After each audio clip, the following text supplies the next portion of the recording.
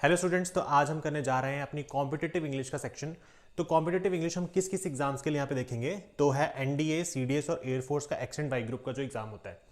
तो students, NDA after twelfth and air force X and Y group जो है ये भी हमारे पास आफ्टर ट्वेल्थ जो है ये एग्जाम होता है।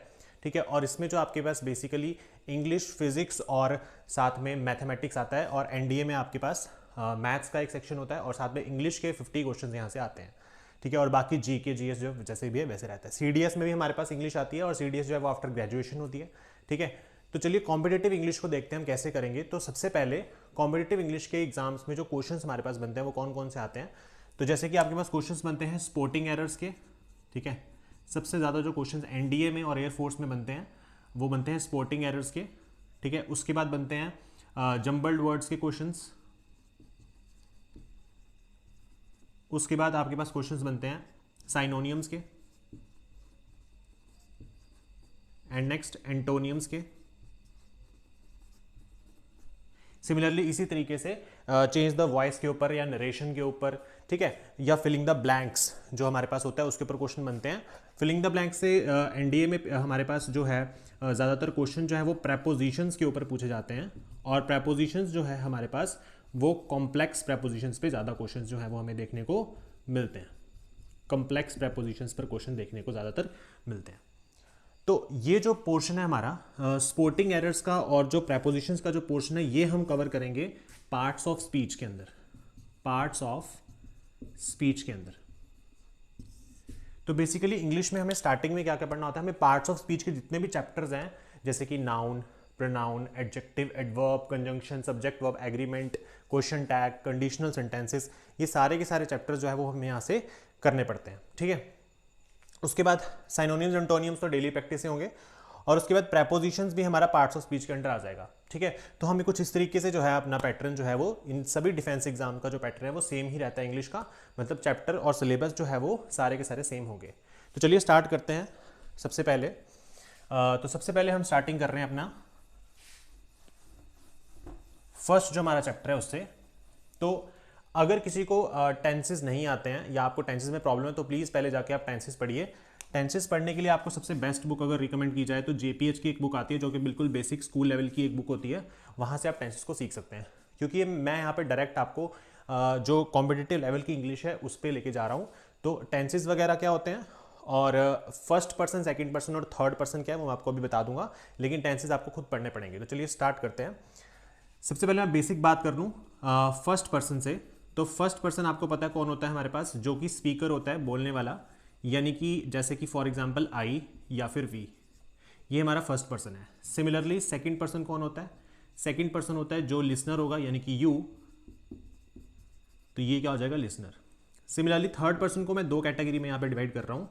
एक तो है सिंगुलर थर्ड पर्सन, जैसे कि ही, शी, इट, उसके बाद वी नहीं आएगा, ही, शी, इट, या फिर मान लो राम, शाम वगैरह, या दुनिया की कोई भी सिंगल चीज, राम, शाम, बॉय, जो भी है, मतलब दुनिया की कोई भी जो सिंगल चीज होती है वो सारी की सारी सिंगुलर थर्ड पर्सन में आती है। वो चीज चाहे अनकाउंटेबल हो, मतलब चाहे ऐसी कोई चीज हो जिसको आप गिन नहीं सकते। फॉर एग्जाम्पल अगर मैं आपसे कहूँ वाटर है, पानी है या मिल्क है, तो ये सब चीज़ें भी जो हैं वो किस में आती हैं, ये सब चीज़ें भी आपकी आती हैं सिंगुलर थर्ड पर्सन के अंदर, सिंगुलर थर्ड पर्सन के अंदर। तो सिंगुलर थर्ड पर्सन में हमारे पास यहाँ से ये सारे के सारे जो सिंगल चीज़ें हैं या जिन चीज़ें जिनको हम गिन नहीं सकते वो सारी की सारी इसी कैटेगरी में आती है। इसके बाद अगर हम नेक्स्ट बात करें तो अगली कैटेगरी में डिवाइड कर रहा हूँ यहाँ पे प्लूरल थर्ड पर्सन को। Plural third person, plural third person क्या होता है, प्लूरल थर्ड पर्सन मतलब दुनिया की जितनी भी प्लूरल चीज़ें होती हैं। जैसे कि सबसे पहला तो इसमें दे ही आ जाता है। अगर आप बेसिक प्रोनाउन को देखो, प्रोनाउंस क्या होते हैं जो हम नाउन्स की प्लेस पे यूज़ करते हैं, तो सबसे पहला तो दे ही हो जाएगा, क्योंकि दे जो है वो प्रोनाउन है और दे हमारा प्लूरल थर्ड पर्सन में आ जाता है। सिमिलरली इसी तरीके से दे के अलावा दुनिया की जितनी भी ज़्यादा चीज़ें हैं, जैसे मान लो स्टूडेंट्स हो जाए, बॉयज़ हो जाए, कुछ भी ज़्यादा चीज़ें जो हैं वो सारी की सारी प्लूरल थर्ड पर्सन में हमारे पास आ जाती हैं। ठीक है, तो ये तो बेसिक सी इन्फॉर्मेशन है, स्कूल लेवल में भी आपने पढ़ी होती हैं ये चीज़ें। ये फर्स्ट, सेकंड, थर्ड पर्सन तो आपको पता होना चाहिए। अब मैं डायरेक्ट चलता हूँ यहाँ से, आपको कुछ बेसिक बातें बताने जा रहा हूँ। अगर आपको टेंसेस नहीं आते, मान लो कि आपको टेंसेस नहीं आते, तो उसका भी एक सॉल्यूशन है। कि जो मैं अभी बताने जा रहा हूँ बस आप इतनी सी बात याद रख लेना, आपका इन सारे कॉम्पिटिटिव एग्जाम्स में इंग्लिश का सेक्शन जो है वो बिल्कुल करेक्ट हो जाएगा, मतलब टेंसेस लर्न करने की आपको ज़रूरत भी नहीं होगी। तो ध्यान से सुनना मेरी बात को, आपको सिर्फ याद क्या क्या रखना है। देखिए, अगर कभी भी इंग्लिश में फर्स्ट पर्सन लगा होगा तो फर्स्ट पर्सन के साथ आप देखो, आपके पास कितने टेंस होते हैं? 3, प्रेजेंट, पास्ट और फ्यूचर। तो प्रेजेंट की पहले मैं बात कर रहा हूँ। प्रेजेंट में अगर आपके पास फर्स्ट पर्सन है तो आपने क्या करना है, आपने फर्स्ट पर्सन के लिए लगाना है वर्ब की फर्स्ट फॉर्म। क्या लगाओगे? वर्ब की फर्स्ट फॉर्म, जैसे प्ले हो गया, सिंग हो गया, ठीक है। इस तरीके से आप सिंगुलर फर्स्ट पर्सन लगाओगे प्रेजेंट के केस में। बाकी टेंसेस से हमें कोई लेना देना नहीं है कि कौन से टेंस में सेंटेंस कहा गया है। बेसिकली हमें कॉम्पिटिटिव एग्जाम में देखना होता है सब्जेक्ट और वर्ब का पेयर। अगर हमारा सब्जेक्ट के साथ वर्ब का पेयर सही हो जाएगा तो इसका मतलब हमें कोई टेंसेस यहां पे पढ़ने की जरूरत नहीं पड़ेगी। पॉइंट टू बी नोटेड, ठीक है। तो फर्स्ट आपने याद रखना है, या तो ये लगाओ वर्ब की फर्स्ट फॉर्म। अब एक आता है हमारे पास इज एम आर वाला केस, तो आप इसमें क्या लगा सकते हो? आई के साथ आप क्या लगा सकते हो? एम। वी के साथ आप लगा सकते हो आर। तो आप तो या तो ये लगा सकते हो दोनों में से। थर्ड, अगर मैं कॉन्टिन्यूस टेंस के बाद, पहले मेरा इंडेफिनिट हो गया, ये कॉन्टिन्यूस हो गया। कॉन्टिन्यूस का रूल पता है ना, is am are plus verb की first form plus I N G. उसके बाद थर्ड मेरे पास आता है परफेक्ट टेंस। तो परफेक्ट टेंस कौन सा होता है? जिसमें आप लगाते हो हैज हैव। तो इसमें आप लगाना हैव प्लस वर्ब की थर्ड फॉर्म, ठीक है। साथ में अब हम चलते हैं पास्ट पे, ठीक है। पास्ट क्योंकि और जिसका लास्ट टेंस होता है प्रेजेंट परफेक्ट कॉन्टिन्यूस, उसको नहीं देखेंगे क्योंकि उसमें भी हैज हैव और बीन साथ में आ जाता है, वो बात की बात है। अब आ जाइए पास्ट में। तो पास्ट में आपको पता है पास्ट इंडेफिनिट में वर्ब की सेकंड फॉर्म लगती है, तो हमने सिर्फ सेकंड फॉर्म को ही देखना है, ठीक है। वो तो सबके साथ लग जाती है। जो आपकी पास्ट की वर्ब की सेकंड फॉर्म होती है वो सारे पर्सन के साथ लग जाती है, चाहे पर्सन कोई भी हो, फर्स्ट हो, सेकंड हो, थर्ड हो, इनमें से कोई भी पर्सन हो जाएगा। तो आपने वर्ब की सेकंड फॉर्म आप कहीं भी लगा सकते हो, उसमें कोई गलती नहीं होगी, ठीक है। अब आ जाइए यहाँ पे जरा, अब यहाँ पे आ जाइए। यहाँ पे क्या है हमारे पास? वर्ब की सेकंड फॉर्म आ गई। उसके बाद आप हैड प्लस वर्ब की थर्ड फॉर्म भी लगा सकते हो। हैड प्लस वर्ब की थर्ड फॉर्म जो है वो भी यहाँ पे लगा सकते हो, ठीक है, वो भी गलत नहीं होगी। हैड प्लस V3 भी आप सबके साथ लगा सकते हो, कोई इसमें इशू नहीं है, ये भी सही होगा।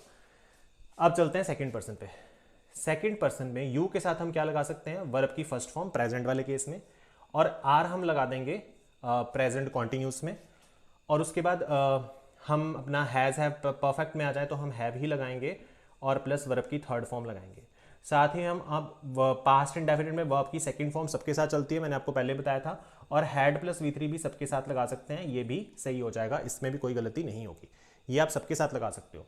ये जो दोनों वर्ब्स हैं ये सारे पर्सन के साथ लग जाती है, इसमें कोई इशू नहीं है, कोई गलती नहीं होगी, ठीक है। अब बात कर लेते हैं हम सिंगुलर थर्ड पर्सन की। तो सिंगुलर थर्ड पर्सन की मैं वर्ब्स यहाँ लिख रहा हूँ, या यहाँ सामने इसको मैं हटा देता हूँ यहाँ से। तो सिंगुलर थर्ड पर्सन की वर्ब्स कौन कौन सी, ध्यान रखना। अब आप क्या करोगे? वर्ब की फर्स्ट फॉर्म के साथ एस और ईएस लगा देना। क्या लगाओगे? एस और ईएस लगा देना। उसके बाद आप क्या करोगे? यहाँ पे इज एम आर पे आ जाओ, तो आप यहाँ लगाओगे इज, ठीक है। और आप क्या लगा सकते हो? हैज प्लस वर्ब की थर्ड फॉर्म। यहाँ पे हैज आ जाएगा, साथ में वर्ब की सेकंड फॉर्म तो सेम ही रहेगी, और उसके बाद आप क्या लगा सकते हो? हैड प्लस वर्ब की थर्ड फॉर्म लगा सकते हो। ये सारी चीजें आपने याद रखनी है। तो मतलब ये सारी वर्ब्स आप यहाँ पे यूज करोगे किसके साथ? सिंगुलर थर्ड पर्सन के साथ, यानी कि दुनिया की कोई भी सिंगुलर चीज, दुनिया की कोई भी सिंगल चीज के साथ आप ये चीज लगा सकते हो, ये वर्ब्स लगा सकते हो। तो आप अब आ जाओ प्लूरल थर्ड पर्सन पे। तो बेटा प्लूरल थर्ड पर्सन में आप क्या लगा सकते हो? सबसे पहले वर्ब की फर्स्ट फॉर्म लगाओ, एस और एस मत लगाना। फिर उसके बाद आप यहाँ पे इज लगा सकते, सॉरी इज नहीं, आर लगा सकते हो क्योंकि सारे लोग ज़्यादा हैं, ठीक है। उसके बाद आप क्या लगा सकते हो? आर के बाद आप हैव लगा सकते हो प्लस वर्ब की थर्ड फॉर्म लगा सकते हो, ठीक है। उसके बाद आप वर्ब की सेकंड फॉर्म लगा सकते हो, या आप हैड प्लस वर्ब की थर्ड फॉर्म भी लगा सकते हो। वॉज वर्ब मैं नहीं बता रहा, वो आपको पता ही है, ठीक है। वॉज वर्ब छूट गया यहाँ से, वो आप खुद ही पता है आपको वॉज वर्ब कहाँ लगता है, ठीक है। तो अगर आपको टेंसेस नहीं भी आते तो आप इतनी बातें याद कर लेना, तो आपका काम हो जाएगा। इतने सारे कॉम्पिटेटिव एग्जाम्स में, इनके अलावा भी जितने भी कॉम्पिटेटिव एग्जाम होते हैं, जैसे CISF का होता है या फिर और भी कोई एग्जाम होगा, तो सारे के सारे इंग्लिश सेक्शन में आपको टेंसेस नहीं पढ़ने हैं। आप इतनी चीज़ भी याद कर लोगे तो आपका काम हो जाएगा, ठीक है। क्लियर है इतनी बात? तो मतलब कि हमने ये चीज़ यहाँ से सारी जो है वो कर ली है, ठीक है। तो आप डिफरेंस नोट कर पा रहे हैं? डिफरेंस सिर्फ दो चीज़ों में है, देखो ये और ये। यानी कि जो सिंगुलर थर्ड पर्सन है, सिंगुलर थर्ड पर्सन में वर्ब की फर्स्ट फॉर्म के साथ एस और एस आता है और हैज प्लस V3 आता है, जो कि बाकी किसी भी केस में ऐसा नहीं हो रहा। देखो यहाँ V1 यहाँ हैव और यहाँ पे भी हैव, ठीक है, और यहाँ पे भी V1। तो ये मेजर डिफरेंस होता है। तो इसका मतलब है जब भी मैं आपको कभी बोलूँ कि सिंगुलर वर्ब लगाओ जब भी मैं आपको कभी भी बोलूँ कि सिंगुलर वर्ब लगाओ, सिंगुलर वर्ब लगाओ, तो आप क्या कहना कि सिंगुलर वर्ब जो है वो मेरी V1 प्लस एसोरियस वाली है या फिर वो हैज़ प्लस V3 वाली है, क्योंकि यही दोनों अलग हैं, बाकी तो सब सेम है, हैड और V3 और साथ में डिड वगैरह जो हम सेकंड फॉर्म लगाते हैं वो तो सब में सेम ही लगती है। तो मेजर डिफरेंस यही होगा, जब मैं आपको कहूँ कि सिंगुलर वर्ब लगाओ तो आपने ये दोनों वर्ब्स लगानी है। सिंगुलर वर्ब मतलब सिंगुलर थर्ड पर्सन के अकॉर्डिंग लगने वाली वर्ब। क्लियर होगी इतनी बात? ठीक है, चलिए अब आगे बढ़ते हैं। तो ये थे हमारे बिल्कुल बेसिक बातें जो आपको किसी भी चैप्टर को स्टार्ट करने से पहले, इंग्लिश के किसी भी चैप्टर को स्टार्ट करने से पहले आपको ये चीज़ें जो है वो क्लियर होनी चाहिए पहले। ठीक है, चलिए जी आगे बढ़ते हैं फिर।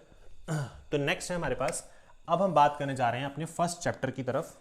फर्स्ट चैप्टर हमारा क्या है? पार्ट्स ऑफ स्पीच का, that is your noun, that is the noun. तो नाउन चैप्टर में हमसे कॉम्पिटेटिव एग्जाम्स में क्या क्वेश्चन पूछेगा मैं वही बात करने जा रहा हूँ। टाइप्स के बारे में नाउन का मैं ऊपर से बताऊंगा, तो ध्यान से सुनना जरा। सबसे पहले नाउन क्या होता है? तो नाउन आप बोलेंगे कि noun is a name of a person, place और अ थिंग। तो ये चीज़ें तो हम पढ़ चुके हैं भाई पहले से, कि जो नाउन होता है वो नेम क्या होता है किसका? पर्सन, प्लेस और थिंग का। तो ये तो बचपन से पढ़ते आ रहे हैं। तो क्वेश्चन है क्या नाउन सिर्फ यही होता है कि क्या नाउन में सिर्फ नेम ऑफ अ पर्सन ही होगा या प्लेस ही होगा या थिंग ही होगा? क्या इसके अलावा कुछ और भी नाउन हो सकता है? तो बिल्कुल हो सकता है। ऐसी कोई भी चीज़ जिसको हम देख सकते हैं, व्यू कर सकते हैं, फील कर सकते हैं, वो सारे के सारे क्या होते हैं? नाउन होते हैं। ठीक है, अब आ जाइए बेसिकली टाइप्स के ऊपर। तो पहला जो टाइप हम डिवाइड कर रहे हैं वो कर रहे हैं अनकाउंटेबल नाउन में, यानी पहला टाइप होता है अनकाउंटेबल नाउन। उसके बाद दूसरा इसका टाइप हम मान के चलते हैं काउंटेबल नाउन, काउंटेबल नाउन। तो बेसिकली अनकाउंटेबल और काउंटेबल नाउन क्या होते हैं? अनकाउंटेबल जिसे हम काउंट नहीं कर सकते हैं। ठीक है, इसके दो कैटेगरी हैं। पहला है इसमें मटेरियल नाउन, पहला है इसमें मटेरियल नाउन। दूसरा है इसके अंदर, पहला material noun and second one is your abstract noun, second one is your abstract noun. तो मटेरियल नाउन कौन सा? मटेरियल नाउन वही होगा जो किसी मटेरियल से बना हो, जैसे कि ब्रिक हो गया या फर्नीचर हो गया, या मान लो कोई मेटल हो गया जैसे कि गोल्ड या सिल्वर। ठीक है, जो मटेरियल से मिलकर बना होता है वो सारे मटेरियल नाउन। एब्स्ट्रैक्ट नाउन मतलब जो किसी की फीलिंग्स को बताता है, जैसे कि मान लो फीलिंग्स को, जो किसी की क्या बताए? फीलिंग्स बताए, या फिर किसी के इमोशंस बताए, या किसी की क्वालिटी बताए। सो ये क्या होते हैं? सारे के सारे एब्स्ट्रैक्ट नाउन होते हैं। जैसे कि अगर मैं फीलिंग्स की बात करूं तो मान लो हेट्रेड हो गया, उसके बाद मान लो ब्रेवरी हो गया, या हेट्रेड, ब्रेवरी, या मान लो विजडम हो गया। ठीक है, ठीक है, या फिर मान लो इंटेलिजेंस हो गया। तो ये सारे कैसे नाउन हैं आपके? ये सारे के सारे आपके अनकाउंटेबल नाउन के दो टाइप्स हैं, पहला मटेरियल, दूसरा एब्स्ट्रैक्ट नाउन। ठीक है, पहले तो आपको ये चीज़ें पता होनी चाहिए। अब बात करते हैं जरा, मैं भी काउंटेबल को हटा रहा हूँ, अनकाउंटेबल नाउन के बारे में आपको क्या क्या याद रखना है। और अनकाउंटेबल नाउन हमेशा इंग्लिश में सिंगुलर वर्ब लेते हैं। कैसी वर्ब लेते हैं? सिंगुलर वर्ब लेते हैं। कभी भी प्लूरल वर्ब हम इनके साथ नहीं लगाएंगे। पहली बात, सबसे इंपॉर्टेंट बात यही है। दूसरी बात, सिंगुलर वर्ब कौन सी? मैंने आपको पहले कहा था जब भी मैं सिंगुलर वर्ब बोलूंगा तो आप क्या बोलना कि वर्ब की फर्स्ट फॉर्म के साथ एसोरियस लगा लो, या तो हैज के साथ वर्ब की थर्ड फॉर्म लगा लो। ठीक है, बाकी बातें आपको पता है, वैसे लगाने को तो आप इज भी लगा सकते हो, वॉज भी लगा सकते हो, बट वो आपको पता है, वो अंडरस्टूड ही होता है कि सिंगुलर वर्ब इन दोनों में से तो होगी ही होगी। ठीक है, बाकी वर्ब की सेकंड फॉर्म और या फिर हैड प्लस V3 जो है वो सबके साथ सेम लगता है, इसमें कंफ्यूजन नहीं होनी चाहिए। ये तो सबके साथ सेम ही लगेगा, इसमें कोई आपको ज़्यादा दिक्कत वाली बात नहीं होनी चाहिए। ठीक है, ये तो किसी भी पर्सन के साथ लग जाता है।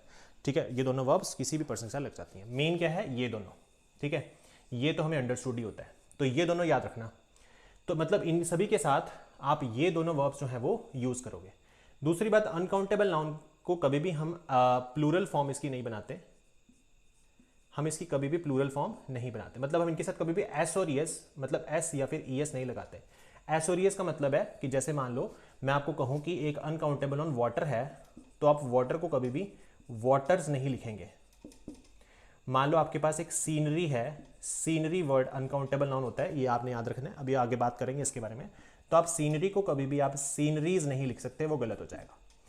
सेम मान लो मैं आपको कहूँ एडवाइस है, तो आप एडवाइस को कभी भी एडवाइसिस वर्ड जो है वो नहीं लिख सकते हैं। तो ये सारे की सारी गलतियां यहाँ पे हो जाती हैं। तो अनकाउंटेबल के साथ सिंगुलर वर्ब लगाओ और कभी भी उसकी प्लूरल फॉर्म जो है वो नहीं बनानी है, ठीक है, कभी भी उसकी प्लूरल फॉर्म नहीं बनानी। तो फिर क्वेश्चन अराइज होता है कि अगर इसकी प्लूरल फॉर्म नहीं बनाएंगे तो फिर उसको हम कैसे लिख सकते हैं, मतलब कैसे हम इसको लिख सकते हैं कि अगर मुझे ज़्यादा में बताना हो, जैसे अगर मुझे अनकाउंटेबल नाउन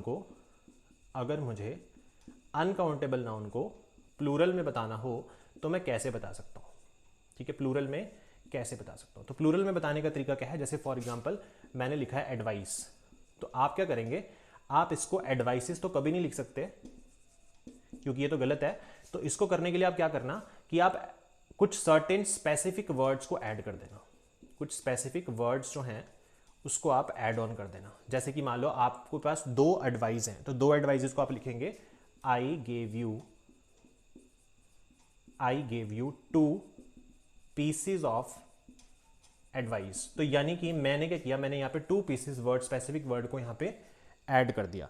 तो जब मैं ऐसे वर्ड को ऐड करता हूँ तो मैं किसी भी अनकाउंटेबल नाउन के लिए प्लूरल फॉर्म में उसको बता सकता हूँ, ठीक है।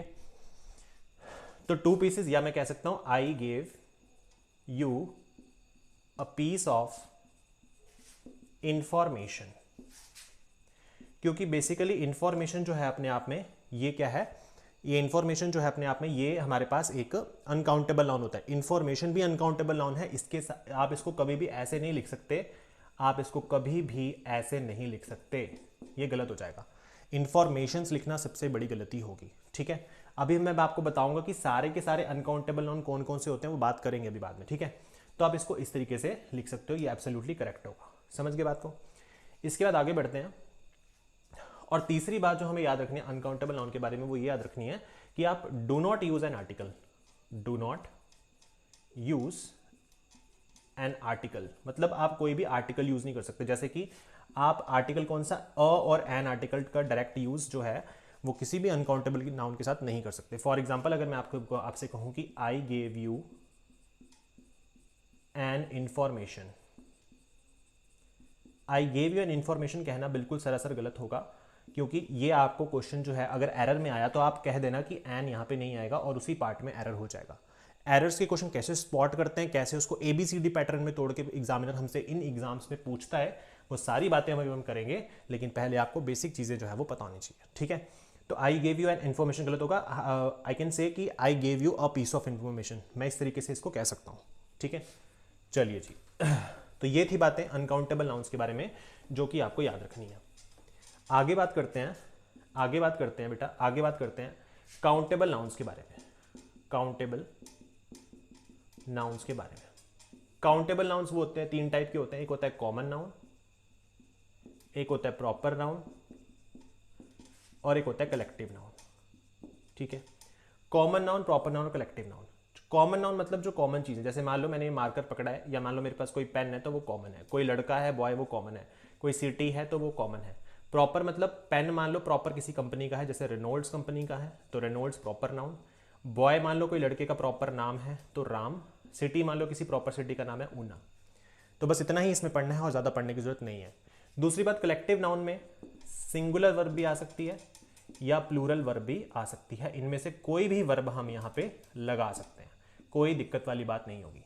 डिपेंड करता है कि यहाँ पे कितने हैं, अगर बॉय 1 होगा तो सिंगुलर वर्ब, बॉय ज़्यादा होंगे तो प्लूरल वर्ब। नेक्स्ट बात करते हैं collective noun, very very important. NDA के पेपर में, सीडीएस के पेपर में और एयरफोर्स XY ग्रुप के पेपर में कलेक्टिव नाउन से बहुत ज़्यादा क्वेश्चन जो है वो पूछे जाते हैं। तो इसी के बारे में हम थोड़ा सा डिस्कशन कर लेते हैं कि कलेक्टिव नाउन क्या होता है, ठीक है। बाकी नेक्स्ट लेक्चर में हम कलेक्टिव नाउन के ऊपर एक अलग से वीडियो बना डालेंगे। तो अभी के लिए हम इतना देख लेते हैं कि कलेक्टिव नाउन क्या होते हैं। तो कलेक्टिव नाउन स्टूडेंट्स क्या होते हैं, ऐसे नाउन्स जो किसी ग्रुप्स को डिनोट करते हैं, मतलब ऐसे नाउन जो ग्रुप्स के बारे में बताते हैं। जैसे कि फॉर एग्जांपल मैंने कहा कि अ बेवी ऑफ गर्ल्स, यानी कि गर्ल्स हैं और उनका कोई ग्रुप है, तो बेवी मतलब क्या हो जाएगा कि लड़कियों के ग्रुप का नाम है। अ पैनल ऑफ जजेस, तो जजेस के ग्रुप को क्या कहेंगे, पैनल कहेंगे, तो पैनल ऑफ जजेस, ये सारे ग्रुप्स के नाम है, ठीक है। अ क्रू ऑफ सेलर्स, तो सेलर्स के ग्रुप को क्या कहेंगे, क्रू कहेंगे। तो ये हमें इस तरीके से बहुत सारे हमारे पास ग्रुप्स की पूरी लिस्ट होती है, वो पूरी लिस्ट मैं आपको नेक्स्ट लेक्चर में मेंशन कर दूंगा, ठीक है। तो वहां से हम उसको पढ़ लेंगे या नोट कर लेंगे। अब दूसरी बात याद रखनी है, इन सभी कलेक्टिव नाउन्स के साथ हम यूज करते हैं हमेशा सिंगुलर वर्ब। क्या यूज करते हैं, सिंगुलर वर्ब मतलब मैंने पहले कहा था कि सिंगुलर वर्ब मतलब वर्ब की फर्स्ट फॉर्म के साथ एस और ईएस लगा दो, या तो आप हैज़ प्लस वर्ब की थर्ड फॉर्म लगा दो, ठीक है। बाकी आपको सारी सिंगुलर वर्ब्स हमें पता है, तो इतनी बातें आपने यहाँ से याद रखनी है, ठीक है। बाकी इसकी नेक्स्ट क्लास में हम कलेक्टिव नाउन के ऊपर अलग से डिस्कशन करेंगे और अलग से वहाँ से चीज़ों को समझेंगे। आई होप आपको ये लेक्चर समझ आया होगा। तो जितने भी डिफेंस एग्जाम्स होते हैं उनमें इंग्लिश की बहुत इंपॉर्टेंस है, 50-50 मार्क्स की इंग्लिश जो है वहाँ से हमें पूछी जाती है एनडीए के एग्जाम में, तो आपने इस चीज़ का ध्यान रखना है और 11th क्लास से ही अपनी प्रिपरेशन जो है वो स्टार्ट करनी है।